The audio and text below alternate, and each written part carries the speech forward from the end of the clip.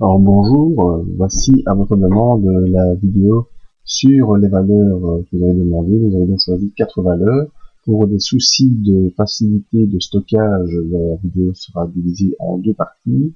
En première partie, vous donnerez mon avis sur Belgacom et sur ING. Là, on fera un tour sur les unités mensuelles, hebdomadaires et journalières afin de bien voir quelles sont les tendances en cours et les tendances à venir dans ces diverses unités de temps. Nous allons d'abord commencer par Belgacom. Donc, je vais sélectionner ici un graphique sur 5 ans que je vais vous mettre en unité mensuelle, où on voit très bien que depuis donc cette période, en tout cas depuis 2008 et 2009, le cours est vraiment en horizontal, situé dans un range compris entre 27,13 € et 20,71 €. Bon, actuellement, le cours semble coincé par sa M50 qui repousse le cours vers le bas à chaque contact, pardon, comme ça a été fait au mois d'avril 2010, encore une fois au mois d'octobre 2010, ensuite au mois de mai 2010 et ici plus récemment au mois de janvier 2012. Donc il semblerait que cette M50 soit vraiment une résistance dynamique importante sur une unité mensuelle qui rejette le cours de plus en plus vers le bas du range situé à 20,719. Passons maintenant en unité hebdomadaire pour voir un peu plus précisément ce qu'il en est. Donc, on retrouve toujours ce range horizontal et on voit qu'actuellement le cours est donc bien sous ses moyennes mobiles et continue de baisser avec une première zone de support située ici vers 21,42 avant de rejoindre la zone le plus bas qui est le range mensuel à 20,71. On voit également que le cours est en train de faire des plus bas de plus en plus bas. Donc ici on a un bas, ici un bas encore plus bas, et des plus hauts de moins en moins haut. Ici on a un point haut, un autre point haut qui est moins haut, et encore un troisième point haut qui est moins haut. Donc dans ce range horizontal, sur l'unité hebdomadaire, le cours est aussi en tendance baissière et toujours coincé sous ses moyennes mobiles. Si je reprends maintenant une unité journalière pour vraiment voir à court terme ce qu'il en est, eh bien on voit également la même chose qui se met en place. Donc le cours est en train de baisser, même si cette semaine marque un rebond.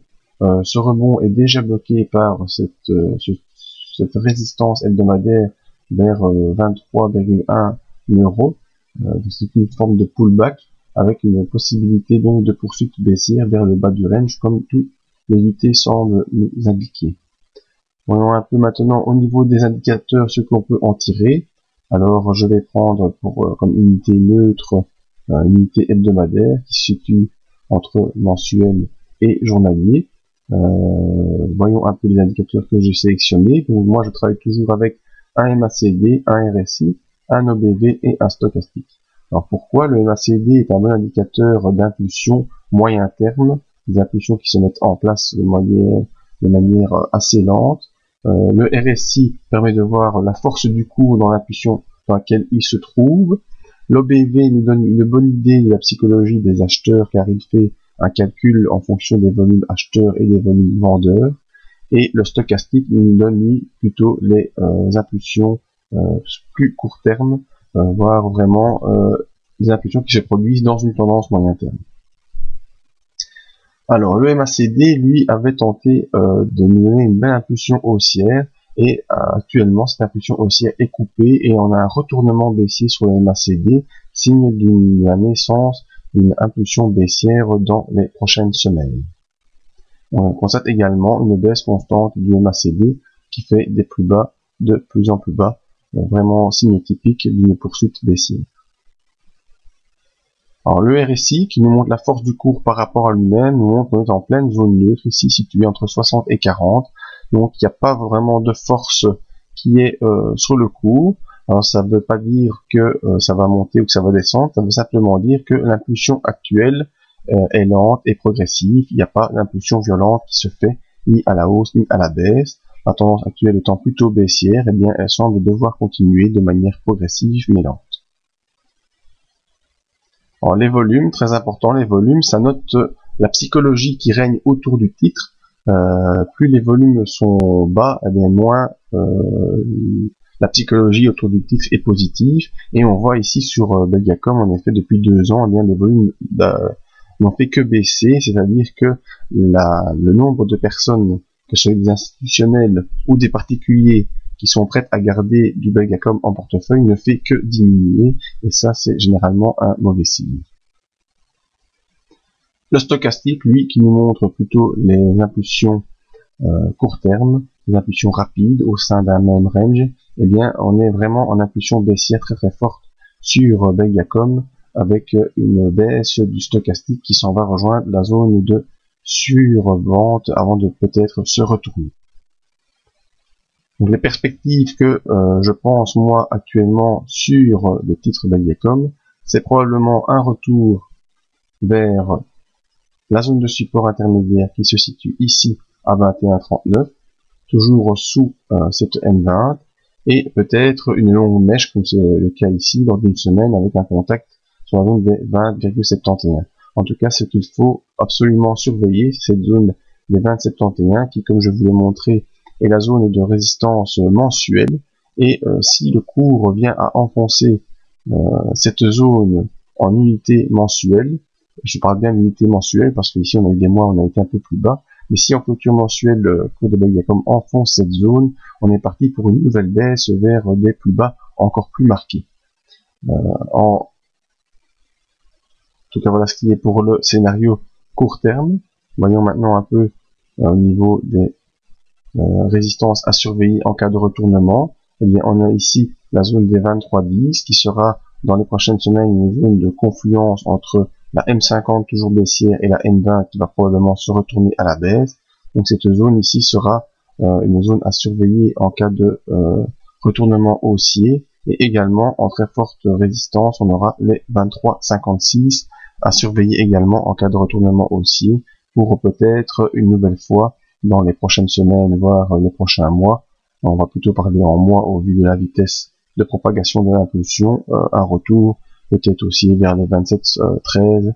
Enfin, c'est vraiment dans le range horizontal que le cours se situe actuellement.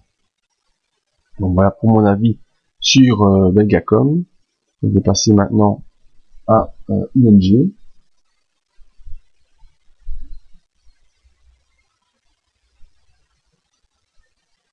Donc, on va faire le même exercice, c'est-à-dire que je vais reprendre ING sur 5 ans en unité mensuelle, et on voit également que ING se trouve dans un range horizontal depuis la crise de 2008 et le rebond de mars 2009, un range horizontal situé entre 4,50 et ici les 9,40, et avec comme point pivot, c'est-à-dire une zone d'oscillation intermédiaire, la M20 qui se situe actuellement vers les 7,26 €. Attention toutefois à l'arrivée rapide de la M50 qui est une résistance dynamique assez importante, et ce sera une zone à surveiller. Donc, en tout cas actuellement sur le long terme, le cours est complètement à plat en faisant des oscillations entre ces deux bandes, donc bandes situées vers 4,50 au niveau inférieur et 9,50 au niveau supérieur. Voyons un peu au niveau hebdomadaire ce qu'il en est actuellement. Bien, au niveau hebdomadaire, le cours se situe actuellement dans une phase de rebond avec une tentative de débordement de sa M50 et de sa M100 qui sont des résistances dynamiques importantes. En effet, on voit qu'on est en train de faire des plus hauts de plus en plus haut, donc un plus haut ici, un autre plus haut là-bas, et des plus bas qui sont de moins en bas, moins bas. On a un point bas ici et un point bas là-bas. Donc on est vraiment en train d'essayer d'inverser une tendance qui est à plat, ou en tout cas d'essayer de revenir vers le haut du range horizontal mensuel qui est ici vers 9,50.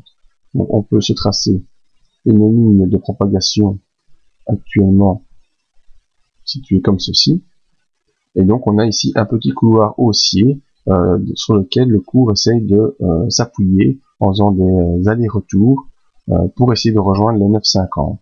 La M20 est haussière, le cours se situe au-dessus d'un M20, a pour l'instant des difficultés à franchir sa M50 hebdomadaire qui elle est baissière, et a pu trouver ici actuellement un point d'appui sur le support mensuel des 6,46 €. Alors voyons de manière encore plus précise ce qui se passe au niveau journalier. Eh bien, vous retrouvez les deux lignes ici qui représentent le canal haussier, le cours qui se situe ici actuellement au-dessus de sa zone de support des 6,46 €. Et on a clôturé la semaine sur les niveaux de la M20, on est au-dessus d'une M50 journalière qui est haussière, et à noter le resserrement des bandes de Bollinger. Alors le resserrement des bandes de Bollinger note une diminution de la volatilité. En effet, vous voyez ici depuis la mi-février, le cours ne suit plus vraiment comme ce fut le cas lors des grandes impulsions qu'il y a eu ici début 2012. Donc une diminution de la volatilité qui pourra certainement exploser dans les prochaines semaines. Malheureusement, les bandes de Bollinger nous indiquent simplement qu'il y a une distribution du cours sur ce niveau et une probable explosion, mais ce sera soit à la hausse, soit à la baisse. On n'a pas encore l'information actuellement. Si les bougies partent vers le haut, ce sera une explosion à la hausse. Si les bougies partent vers le bas, ce sera bien sûr une explosion à la baisse. Étant actuellement quasiment à équidistance du haut ou du bas du range, il faudrait vraiment rester attentif dans les prochains jours pour voir ce qu'il en est. Alors je vais vous montrer ici les indicateurs sur cette unité de temps qui est actuellement l'unité de temps à surveiller pour voir la naissance d'une impulsion haussière ou baissière. Alors le MACD qui nous montre aussi les impulsions en cours est complètement baissier sous son signal avec un non-croisement haussier qui généralement est un mauvais signal, et on va probablement bientôt passer sous zéro, et ça c'est un mauvais signal pour une explosion haussière du cours. Le RSI lui est complètement neutre, hein, comme le cours. On attend vraiment un démarrage. Il n'y a pas trop d'informations à tirer de ce RSI pour l'instant, si ce n'est qu'il est en zone d'attente. Alors les volumes, eh bien on voit que depuis début 2012, ING est plutôt recherché.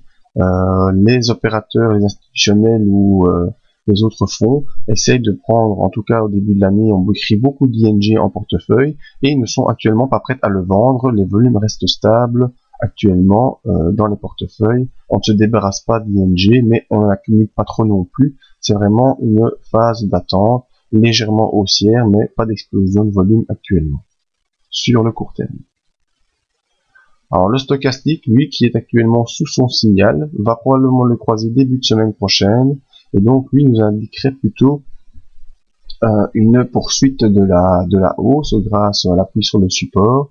Donc on a vraiment ici des indicateurs qui vont en se contredisant, un MACD baissier, un RSI complètement neutre, les volumes neutres également, et le stochastique en tentative de retournement.